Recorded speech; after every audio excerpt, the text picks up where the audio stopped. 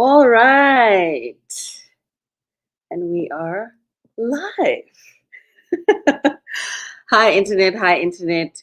My name is Cabello. I go by Cablo on the Internet, and I am the creative director and the host of the Business of Animation podcast. So, welcome to the podcast. It's the first time we are live streaming the podcast. And usually I pre record my intro, but now I have to actually do it live.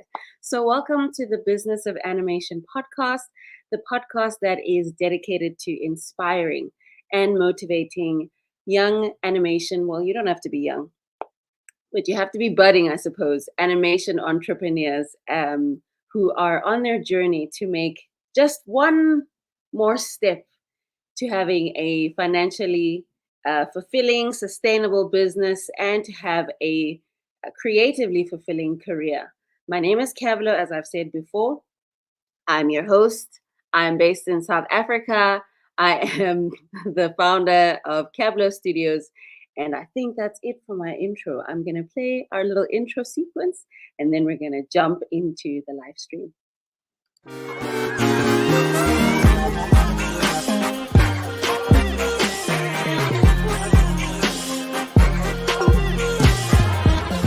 Joining me on the Hidden Gems live stream is Chief Nyamweya from Freehand Studios and Pungulu Productions, Mary Wanjiku from Studio M&A, and Arnold Mwanjila from Studio M&A.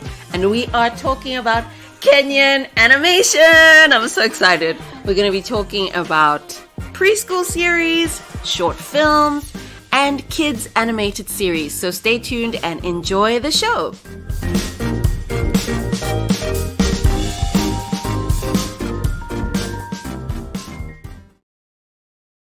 So that's our intro. Cute, isn't it? So I'm just going to bring up our guests one by one on the stage so that they can introduce themselves. So please get your cameras ready. Mary, I'm going to start with you because your camera's on. Please, can you introduce yourself? Hi, Kablo. Thank you for having me. My name is Mary Wanjiku, Kenyan producer, animation producer, also animator by necessity. Yes, and I'm so glad to be here. Oh, lovely, lovely to have you. I love the by necessity. And then our next guest we have is Arnold. Please go ahead and introduce yourself. Hi everyone. Hi Pablo. Thank you very much for having us. It's a pleasure to be here. My name is Arnold Mwanjila. I am a writer director from Nairobi, Kenya, mostly in live action, but also spending all of my time in the animated space. So yeah, thanks for having us. Of course, welcome, welcome. And last but not least, and you are in my land, Chief. Please introduce yourself. Hi, Cabello. Thank you for having me on the Business of Animation. I'm proud to be on the very first live stream of your podcast. Yes, as I said, my name is Chief Nyamweya. I'm a director of animated content, and I'm co-founder of co-founder of Pungulu Productions, which is the creators of Uli and Tata's African Nursery Rhymes, which is the series we're working on currently. Thank you, thank you, thank you, Chief. And we're going to talk about your series and Mary and Arnold, your projects as well. Thank you for joining me on our first live stream of the Business of Animation podcast. I'm going to jump right in and just ask you, how would you describe the Kenyan animation scene? For me, my first taste was meeting you guys at the Cape Town Animation Festival last year at Fame Week in Cape Town. And so I was like, woo, what's happening in Kenya? Let me hear. So Mary, let's hear from you. What is your take on the animation industry? I would say that it's coming up. It's not where we would love it to be compared to you guys and Nigeria. We still have a long way to go, but I think it's really growing at a fast rate. Mm. Yes, but there is definitely a lot of talent. And what was it that attracted you to the animation industry? I've always been so passionate about animation from my young age. And I didn't even know it was a possibility to pursue this because back then, I think like 10 years ago, we didn't have any film schools that were offering animation as a course. So the easiest option for me was to get into film, that is live action. And somewhere along the way, I started learning through YouTube about animation. But I was working in live action for the longest time. When I got into when I started working in a live action production company. And then only 4 years ago is now when I made the transition into animation. And it was not easy because we didn't have an industry back then. I would say it was a leap of faith, but I'm glad I took the leap.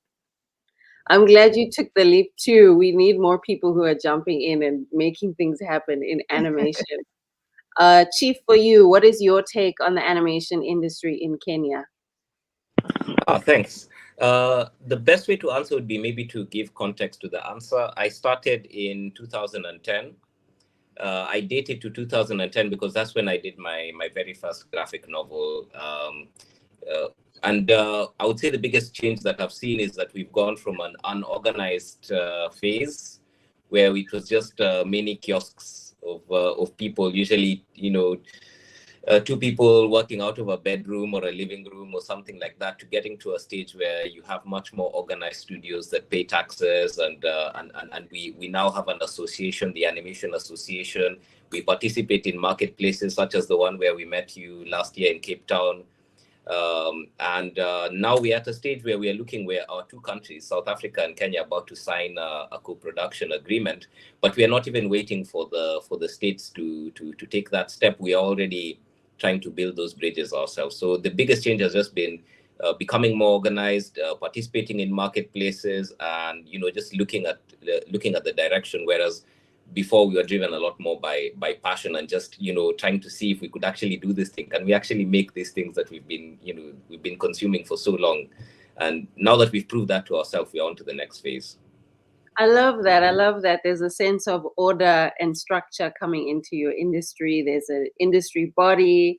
There's even, I didn't know South Africa and Kenya were signing a treaty. So I know my mom, because she's our producer, head of business development, she's going to be talking to me about it tomorrow. Google this, go, let's ask them. So that's cool. That's good. That's really good that there's that order. That's how you know that it's becoming a formalized industry and not just a for fun hobby. And Arnold, what is your take on the Kenyan animation industry?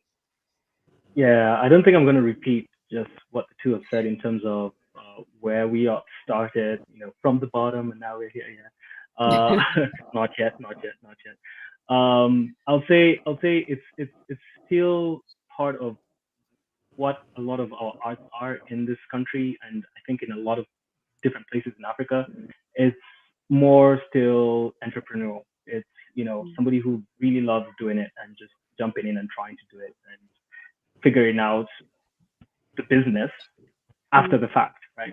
So, and I don't think there's any fault in that. I think it's just the way it has to be. But yeah, I mean, the more conversations we have with each other, the more we actually try to make this a business, the more we think clearly about the paths that we want to take as an industry and as individuals and as individual companies, then there's progression. So in that regard, yes, there's been lots of progression and there's a lot of excitement. Just from an entrepreneurial point of view, it's fun to try and make this thing happen. It's hard, it's impossible, it's taxing, but that's part of it. It's trying to turn on our creativity from also not just the stories and the writing and all that stuff and the information, but also within the business itself. How do you create a creative business, and how can you be creative in your economics and all that stuff? So yeah, so it's exciting, and that's what we're trying to do. Okay, create, not just leaning on your creativity, but also thinking about the business and thinking creatively about the business. So then maybe let me ask you, as a writer, how does that skill and background add to your animations? Yeah, it's everything. I think because we're all about stories. We're all about telling the stories that are very personal to us and very important to us, and that we feel we need to get out into the world. I mean, I've been writing pretty much all my life, and I knew I was going to be a writer in some way or some sort, maybe as a hobbyist, as a novelist or something or whatever. And then the film bug caught me, but I've been watching animation all my life. I've refused to grow up, in the sense of what gives me joy when I watch. So, it was only natural to gravitate towards doing animation, because as a writer, I don't consider myself just a writer of this or a writer of that. It's a writer of everything. I mean, Chief here has done graphic novels. I'm working on, comics as well. I mean, so like it's just like, I'm working on games. It's everything, but it's it's always trying to understand that you want to engage with people from a very emotional and intellectual point of view. You want to engage them and make them feel something and make them think of something or think through something or think of open up their minds in some way. And I think that all comes down to just how you tell your story and how you write that story. And it doesn't matter whether it's live action or it's animation. If you want to affect people in that way, if you want to tell a story, you need to be able to write. And he's being very humble, you guys. Arnold has a whole feature film on Netflix Africa that he's written. He's written for Disney Nat Geo.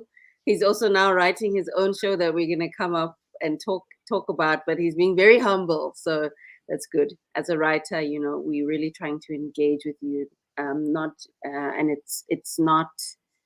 it is not married to one medium within film, and animation is just another thing in your toolkit that you use. Okay, but since we're talking about the business, I want to shift gears because Chief, your background is actually in law, and you studied chartered accounting. How does that inform your approach to animation business? Well, first of all, you've just confessed my age. If I started working in 2010. So basically, I was born a long time ago in like the mid 80s. And the career did not exist by the time I was going to university. So becoming an animator was not even in question. That option was just not on the menu. The option came into the menu when I was already quite advanced in my career choice at the time. Doing law and accounting was just part of what you did to fit into, any organization needs law and accounting. So I was just covering all bases. But then things had started to change. Things had started to advance. By the time 2010 was coming around, that possibility was there. I started to see advertisements at the go down, putting out prize money for drawing comics. And drawing was something I'd always done. It was a skill that I had, but not something that I developed with the possibility of having a career. So something inside me just said, I'd like to do this. And to be very honest, I wasn't super passionate about law. I think it's a very useful thing to know. Same as accounting, but in terms of building my whole life around those things, I would be lying if I said I was passionate about them. So as soon as that opportunity came, I did it. And luckily, the first graphic novel I did was well received. Shortly thereafter, I got invited to do a daily 6-panel comic in the newspaper, The Star. So I did that for about 4 years. And then I met a friend who'd studied animation in Cape Town around 2012.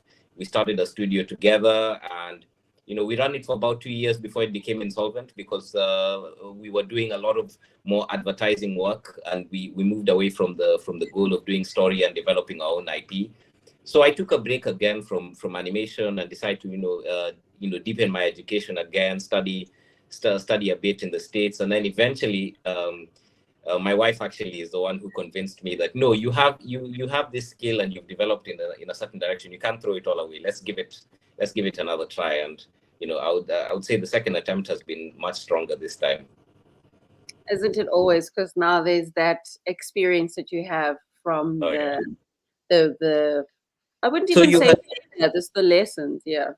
Yeah. So you had asked how the knowledge of accounting and law impacts animation. I think it just helps you. It just gives you an extra vocabulary. It's like speaking another language. It's never a disadvantage to speak an extra language, because whether we like it or not, we are going to come into contact with government, or we are going to come into contact with tax people, or funders, or all these other people who their primary language is numbers, their primary language is law and policy and this type of thing. So it helps to have that additional language. It doesn't hurt. Okay. I mean, it is. My knowledge of accounting is high school accounting. That's the last time I dealt with the subject. It is a whole other language. But I am sure that in terms of having had a different career before you join and do an animation business, there is like a maturity there, and just anticipating certain things that maybe you just would not know to anticipate without that background. And just to talk to your background, Mary, you've got a producing and editing background, and you shared that you had to start within live action first before moving to animation. How has that benefited how you approach animation? I would say it has not been easy, because coming from live action, you can do a whole episode. We used to do a whole episode, a whole 23-minute episode in one day and be done. And then you come into animation where the only work that you can get done is like 1-2 seconds of animation in one day. So that was very frustrating for me. And animation is very expensive. So that is something that I also didn't know. So I would say that animation has taught me to be very patient and be humble. But now, besides that, what has helped me, given that I have a film degree, is that I can now employ like whatever I learned in college in animation. Things like directing, I know things like writing, the concepts behind that, cinematography, composition, because you always find that most of the animators or artists who are in animation, they're really good at what they do, but they do not know the basics of filmmaking. Say something like the story, you'll find that an animator is so good at what they do, but they do not have the basics of script writing. So I would say that is what my film degree and live action background has really helped me with. Oh, okay. Good, good, good, good. I actually really like hearing that we're all coming from different places and not just purely from animation. And also Mary is also not, can I just humble brag for Mary? She's edited projects that have been featured on Showmax, on DSTV. Please, please, please Google everybody that you see here. They're quite accomplished. So I'm gonna just take a moment Thank now you. to, of course, take a moment now just to have a little ad break, and then we're going to come back and continue to discuss with our guests here on the podcast. So um, let's enjoy the ad break. You know what the ad break is going to be? Because I see my ad is like, no, I don't want to play. The ad break will actually be one of your projects. So I'm going to just take some time now and play the teaser from Law, which is Mary's upcoming short film that's coming out, that's currently in production. And we're going to talk about it. So enjoy the teaser.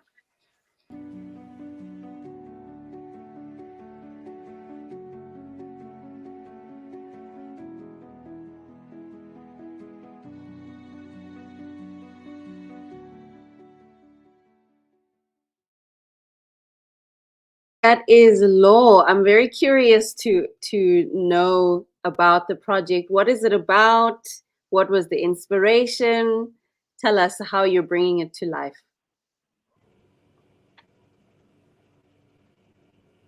You're on mute. Muted.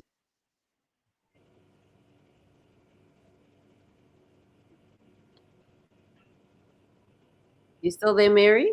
Let me unmute. Let me see. Well, at least she's paused on her face where she looks quite excited. Okay, well, while Mary's still coming back on, let's see what's happening in the comment section.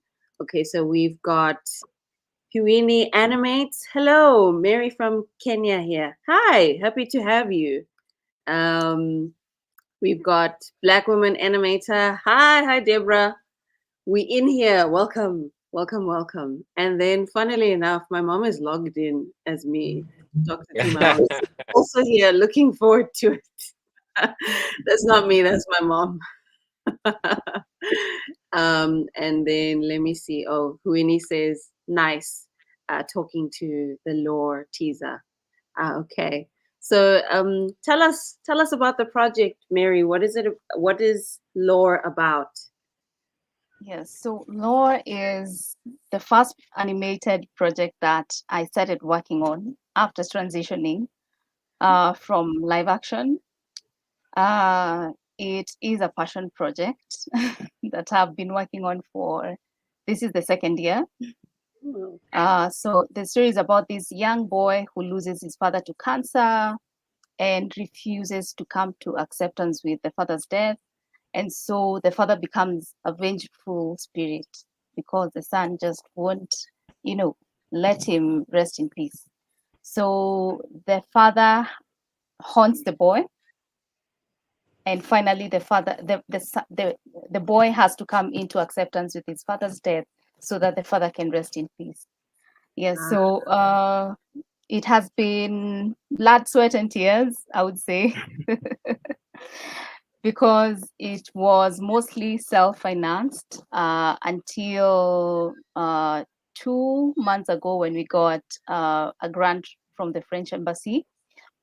It's currently in production, and we're supposed to premiere it in August.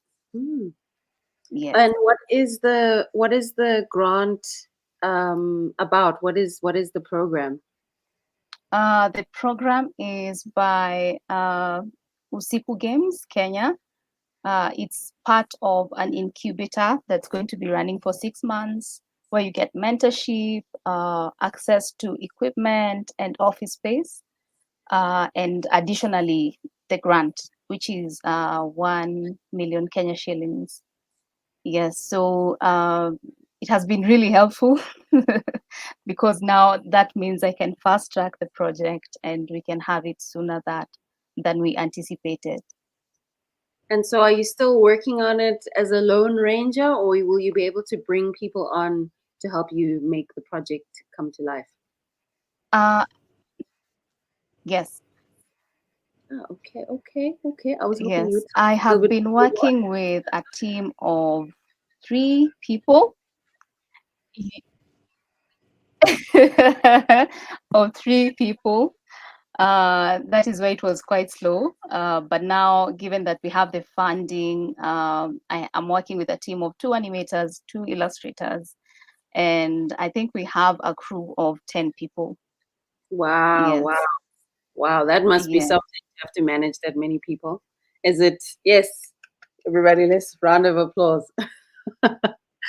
It must be so overwhelming. I remember when I had to hire my first intern, I was like, how do I give you instructions? You're happy to have hands to help you, but now you realize you need to help them so that they can help you. So it's another layer of managing that process of working on an animation. I see Mary's just popped off a little bit. But Arnold, are you at all involved with law? Because you and Mary, of course, are the co-founders of Studio M&A. Yeah, no, not quite. It's her baby, so I'm letting her run with that. But yeah, I totally understand the idea of delegating, and I creative. You want to do everything, so you don't know how to delegate.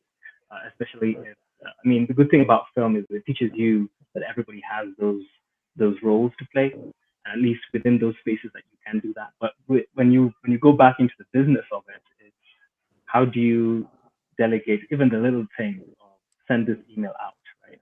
You have very specific ways of doing things, and you need to just like learn to let go of that and let other people do that.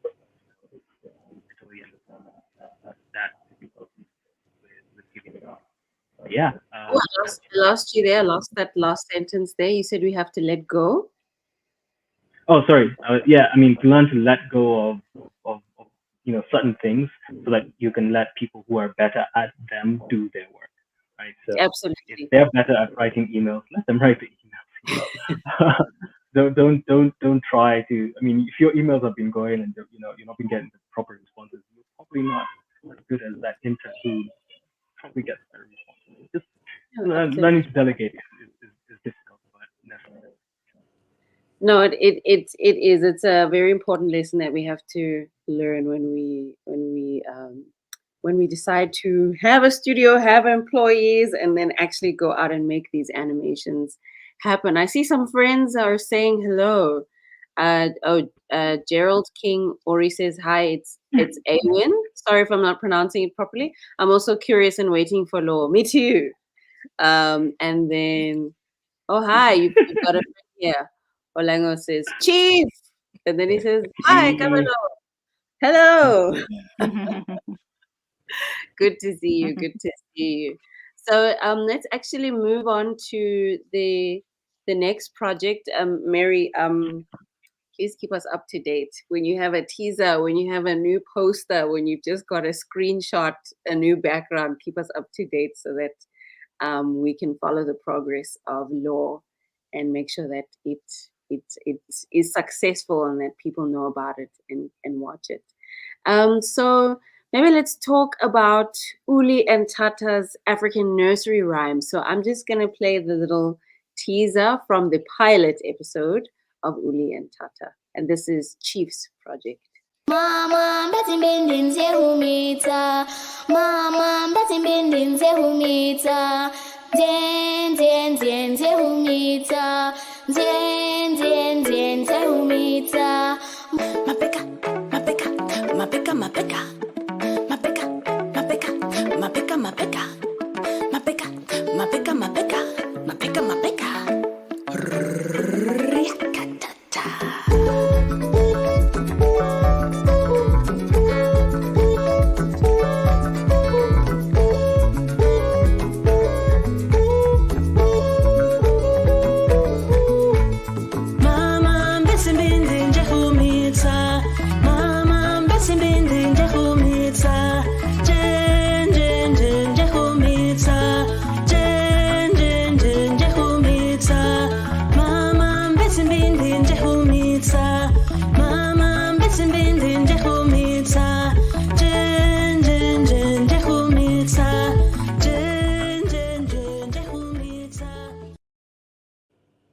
Chief, can you tell us what they're singing there? What do those lyrics mean?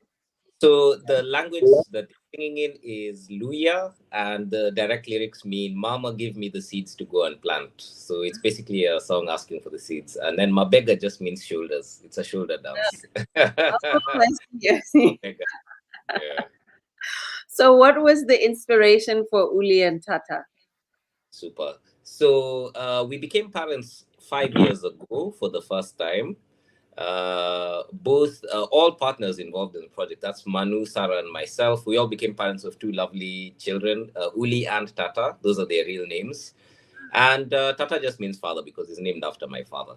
So about a year into them growing up, you realize very quickly that these toddlers have an insatiable appetite for music, song, dance. Before they were born, our obsession was with like more young adult oriented animations. Anime, you guys know what I mean, right? But then it completely reoriented my focus. I never really focused seriously on that preschool 2 to 6 year old demographic, and that need just became apparent. And we would go on YouTube looking for Kenyan nursery rhymes or East Africa, anything, something that resembles the environment they're growing in, and there was nothing.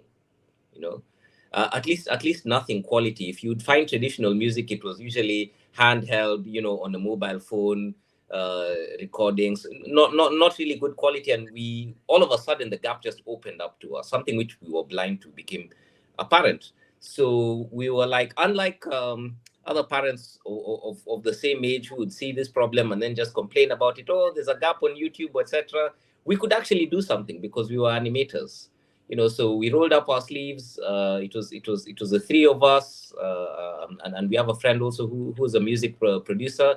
And we were lucky around the time, that was about 2020, the pandemic had started, 2020 going on 21.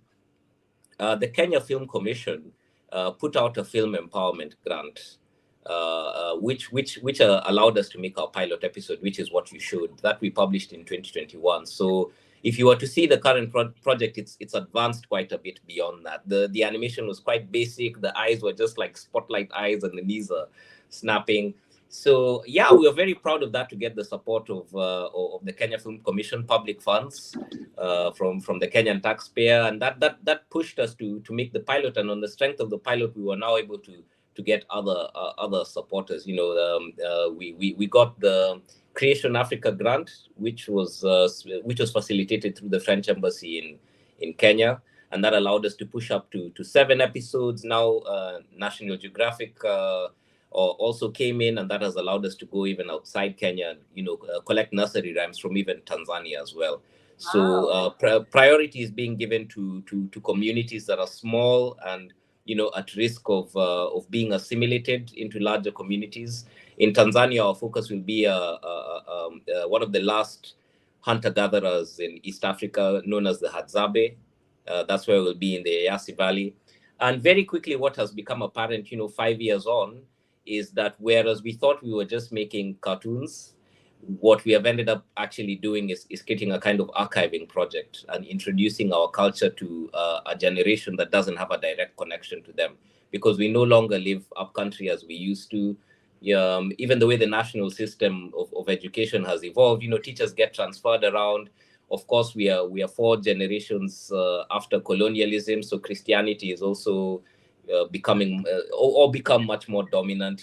Even when we do these research trips, you have to go 4 layers down before people actually start remembering, this is the song that our grandmothers used to sing. So it's very much an archiving project. And I always tell people who are so worried about AI that AI uses the data that's available online, and much of our culture is not even digitized.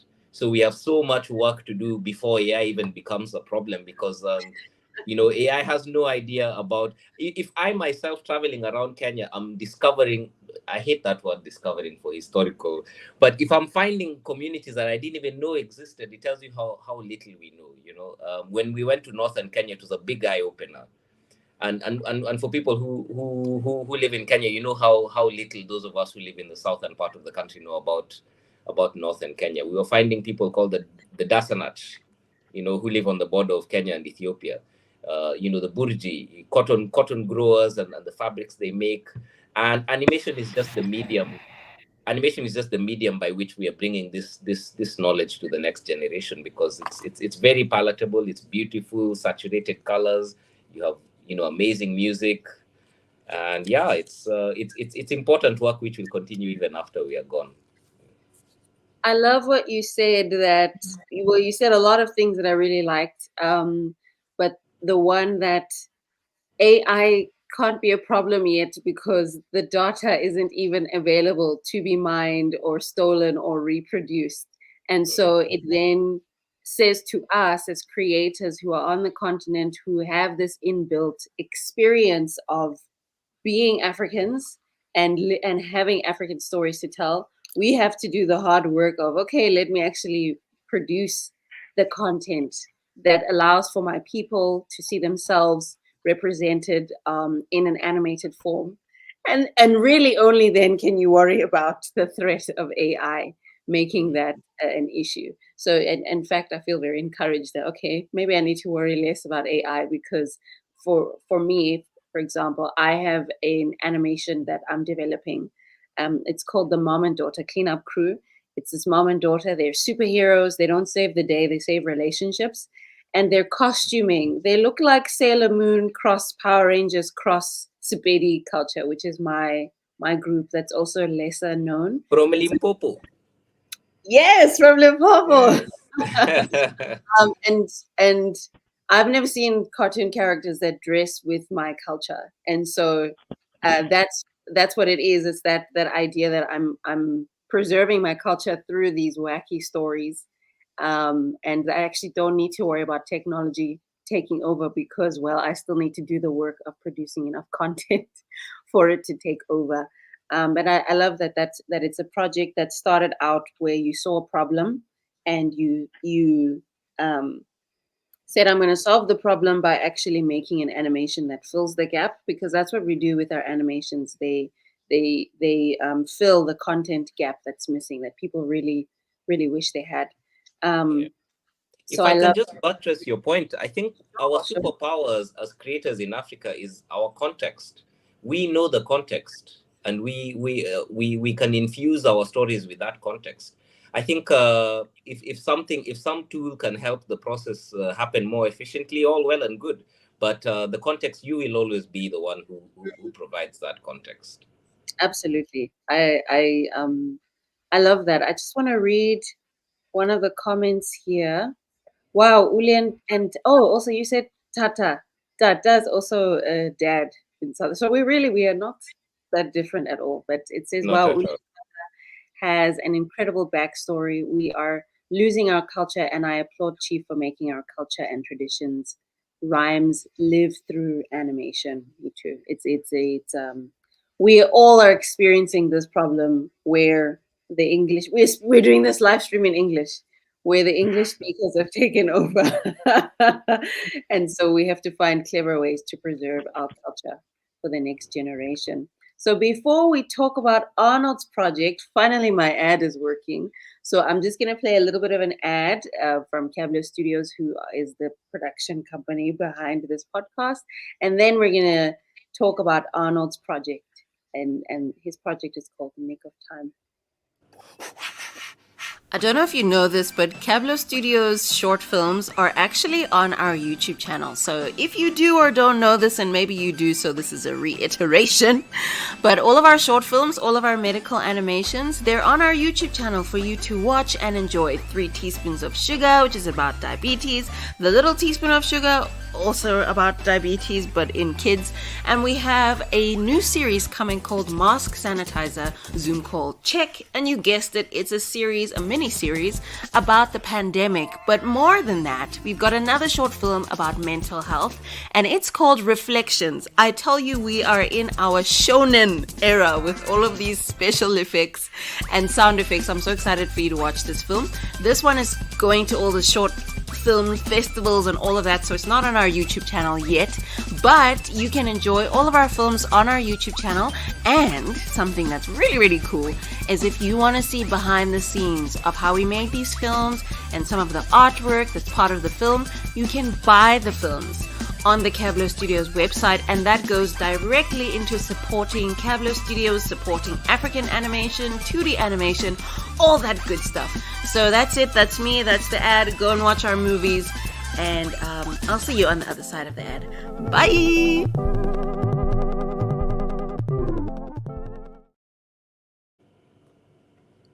So those are the Cablo Studios projects. We're an animation studio, and that's why we have a podcast about the business of animation.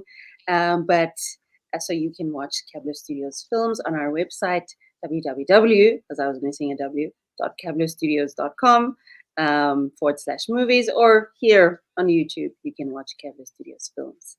So now let us move on to Arnold's project called Nick of Time. And Chief, we are really hope, again, do like Mary, update me when you've got the latest to show Uli and Tata, so I can tell people, hey, I knew this project when, before it becomes a global sensation. So let's have a look at the animatic for the teaser of Nick of Time.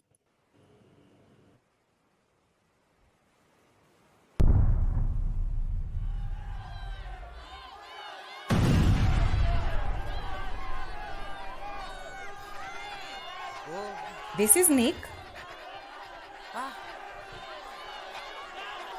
and his dog Tiger, and they're running out of time. Running out of time. That's a good one. Oh, you like that, Professor? Yeah, what's not to like, Doctor? Nick and Tiger are running. and running out of time in this moment and are also displaced in time. But where does one begin in a tale of time travel? That is an interesting scientific query because everything now is a wibbly wobbly mash of past, present, and future. But I think for a story, the best place to start is with family. Ah, yes. That is a logical place to start. Almost there. And my favorite as well.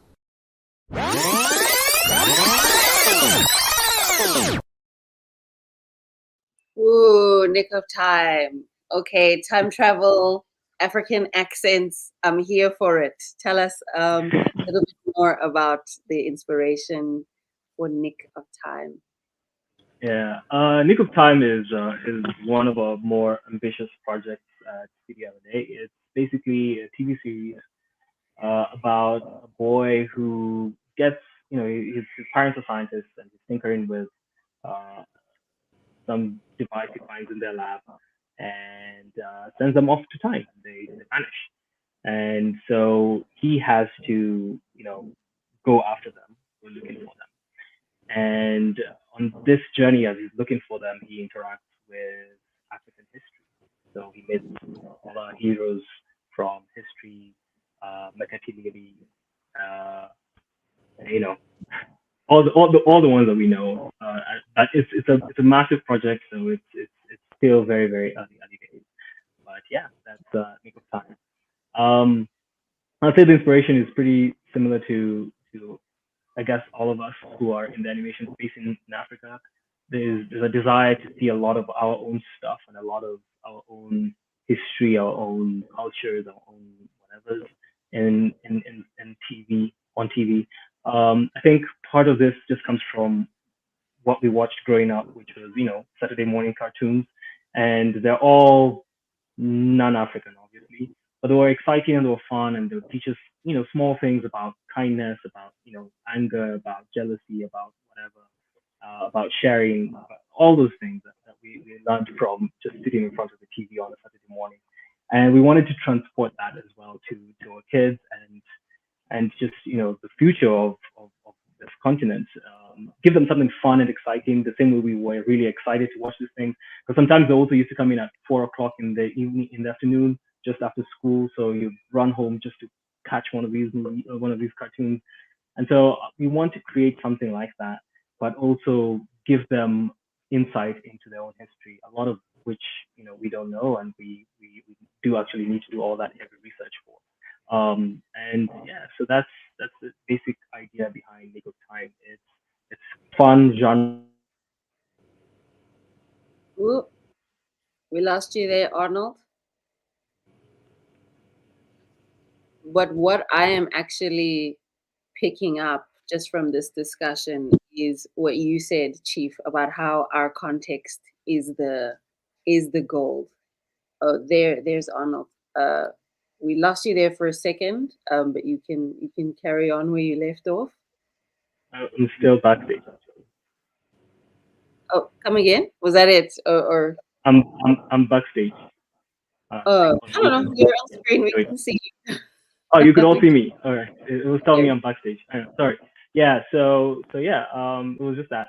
Just a fun, exciting genre project that will get people to see African history, and get to know African history, because a lot of that is lost, and a lot of that is getting lost even now. Not just our main heroes, but there will be a lot of that. Obviously, let's go see Shaka Zulu, yeah. But also just maybe some of the smaller things, how they used to live in the villages, or in their own mini cities, or whatever they were. So, like, we had empires back then, and we don't think about that as part of our heritage. I mean, we do know it, but we don't really internalize it, and we don't really feel it. And I want people to be as proud of that stuff as everyone else in their own other countries out there are proud of their history. And it's quite important because I don't know about you guys, but African history is not that obvious to me. I maybe the only icon who I know, and it's cliche, is Shaka Zulu, and that's from the Zulu where Chief is in Zululand.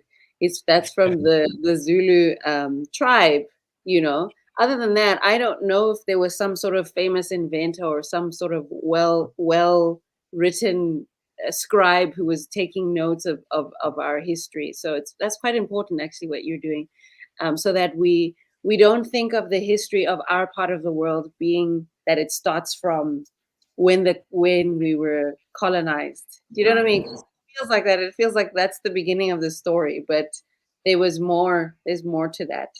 And we've obviously moved past that, but there's more to the story than that. So how are you actually, where is Nick of Time as a project? Because you said it's quite ambitious. Where are you? Yeah. Like I said, we're still in early days. We do have a few developmental partners, not quite fully contract wise, which, you know, as a business is important, but they are involved, and we do have that animatic, for instance, was from a while back. We do have some updated artwork from one of our partner studios, and so it's just, you know, developing the story, working on the script for the pilot, working on the overall structure of what the entire show will look like, and then also on the side doing the visual development, which is, you know, how will the characters look, how will the stuff look, because we are trying to stay away, because this is a 2D as well, and we're trying to stay away from just the usual 2D. So we love what Willie and Tata did, which, you know, they kind of found some texture and some style that works. So it's just us trying to think deeper in that sense. What can we do that it feels truly natural to this project, which is about African history? So how do we mine that African history that we have, or whatever little African history that we have in the arts? How do we mine that for our animation? So it's just thinking about. I love that. That means the concept art is going to be really exciting because you're pulling from that era to try and find the visuals. Something that I've come to peace with is that I run an animation studio, and yes, it's a creative endeavor. Oh, Mary and Arthur are popping off, but I'll carry on. Arnold, sorry, popping off, but I'm sure they'll come back. But I appreciate that I'm in the creative arts, I'm in the creative field, but it still is a business. And so I have to think about my creation as a product. And how do I make my product more interesting, more appealing? How do I make my product unique against other animated products? And I like that approach you're taking, Arnold, that, okay, let's pull from the history to develop the style of the animation so that it stands out against other animations. Let me see. There's a comment here that says, Nick of Time reminds me of Superbook. Instead of going to the Bible stories, Nick goes to our African history. Yes, it feels like a very epic project in that way.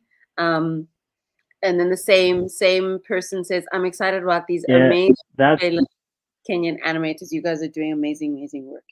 Yes, you want to add a comment to that? Yeah, Superbook is actually one of our people. Like you know, when you think project? about the business of the pitch deck, it's one of our comps. Yeah, that's for sure. Superbook, or what was it? The Magic House, the Flying House. I can't quite remember, but they're all by the same studios. And there's actually an updated Superbook now. So yeah, it's interesting. But they've gone the 3D way, which is not what we want to do. Okay.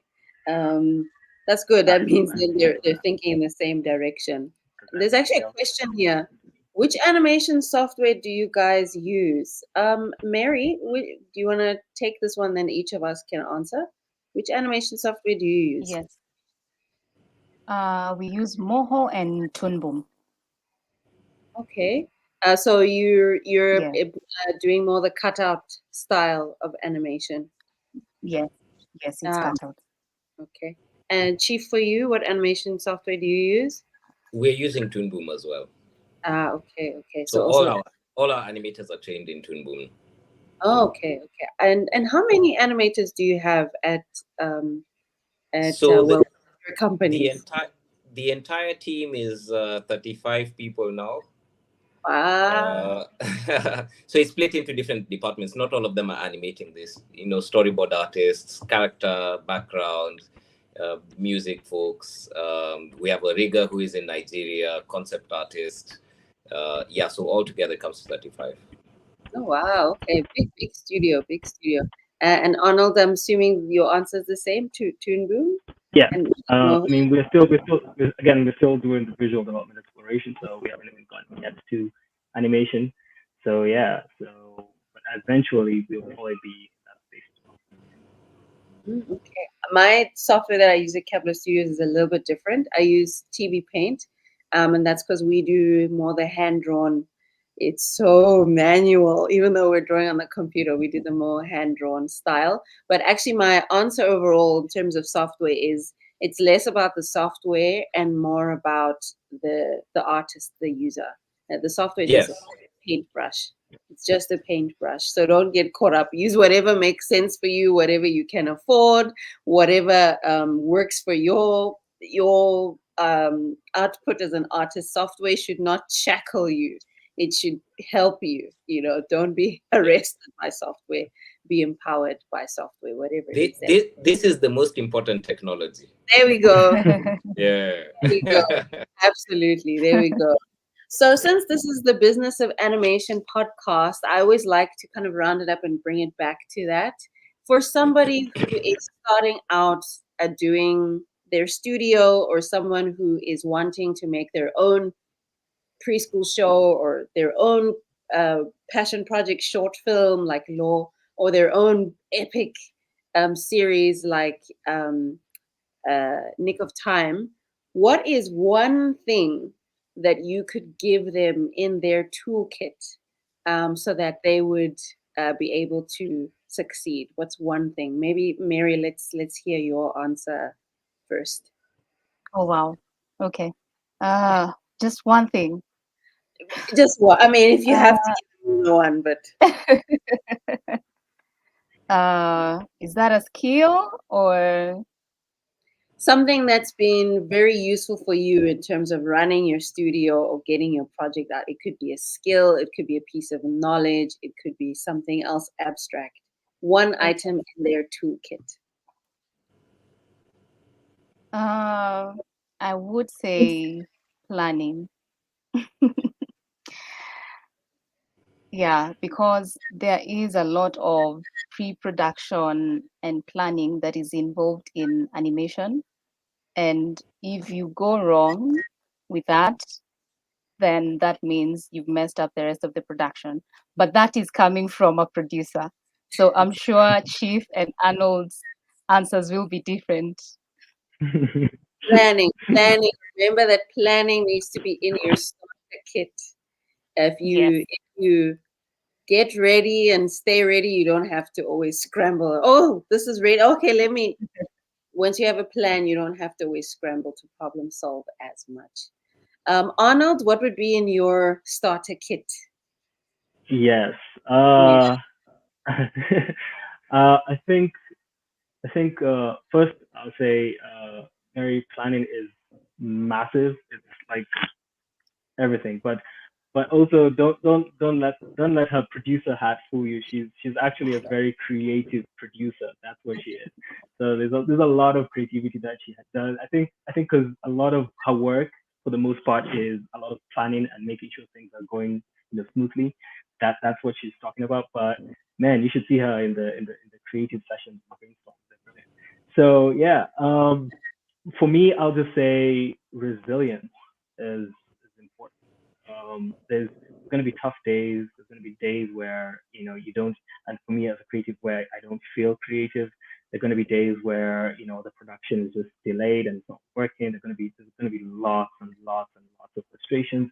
There's going to be cash flow problems. There's going to be legal problems. There's going to be so many different things. You just need to be resilient enough to know that you can get over that hurdle.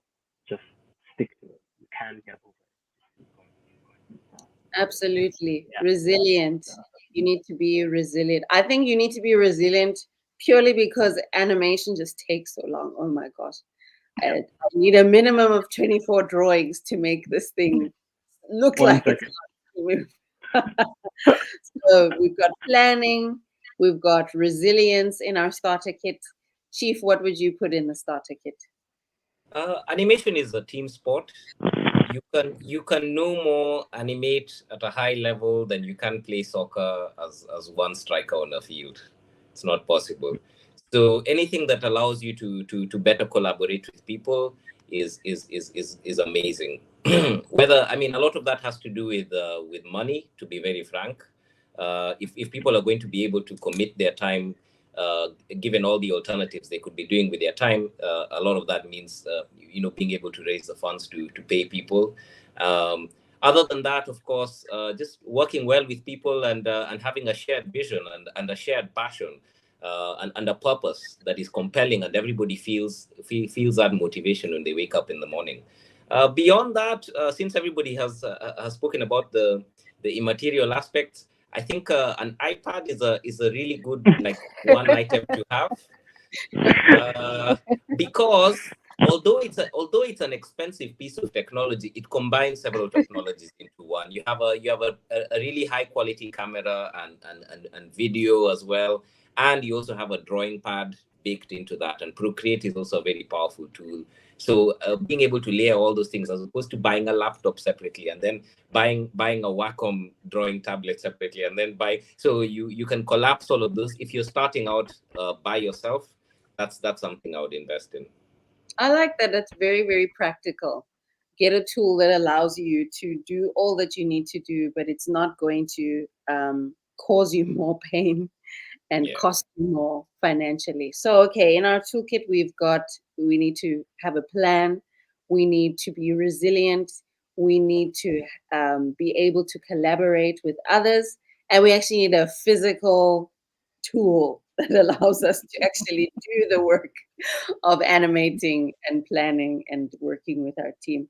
Chief, I hope you are still there. We can see you on screen, but we can see your icon on screen there.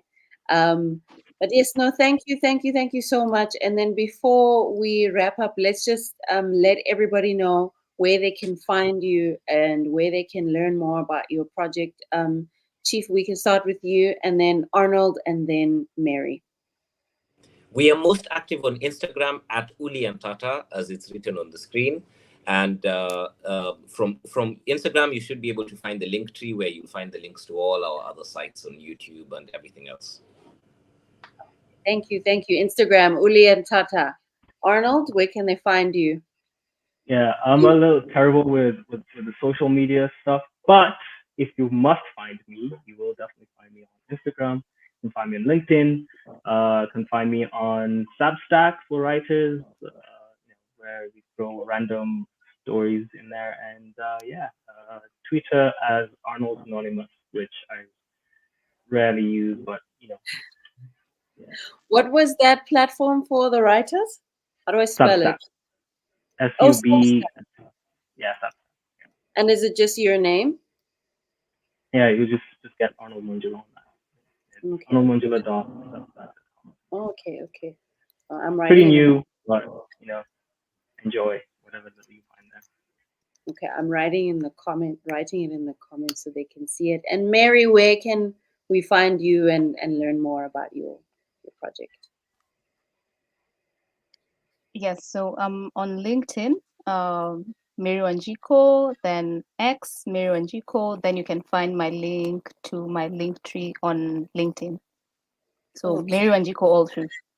Okay, standard Mary Wanjiku all through, and then you can find her on LinkedIn. Did you said Instagram and? You mentioned that's X. Oh, X. Oh, Twitter. X. Yes. Yes. All right, X.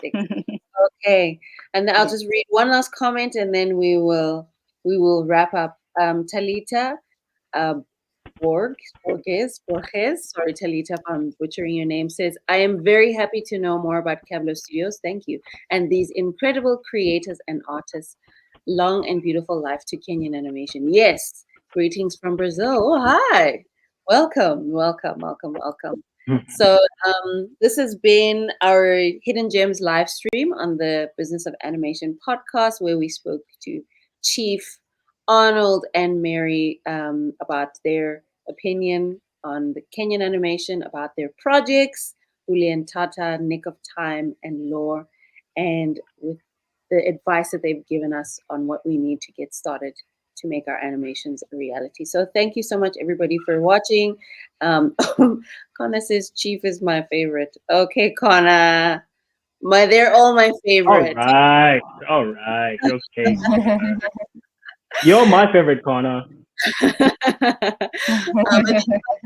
In Cape Town, Black Woman Animated says very informative. Well, Connor, jokes on you because you already called me the coolest person in the world. Go check your own Instagram. Those were your words, my friend. Anyway, thank you so much for joining. What do the people say on the internet? Don't forget to like and subscribe and all of the things. Please follow Mary, Chief, and Arnold. Keep up to date with their projects. That's the only way that we make African animation grow as a whole.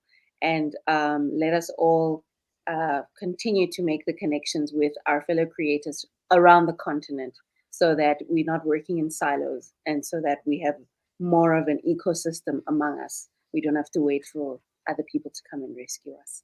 So that's been me. My name is Kabelo. I go by Kabla on the internet. And have a happy day wherever you are in the world. Bye, everyone. Ciao. Okay.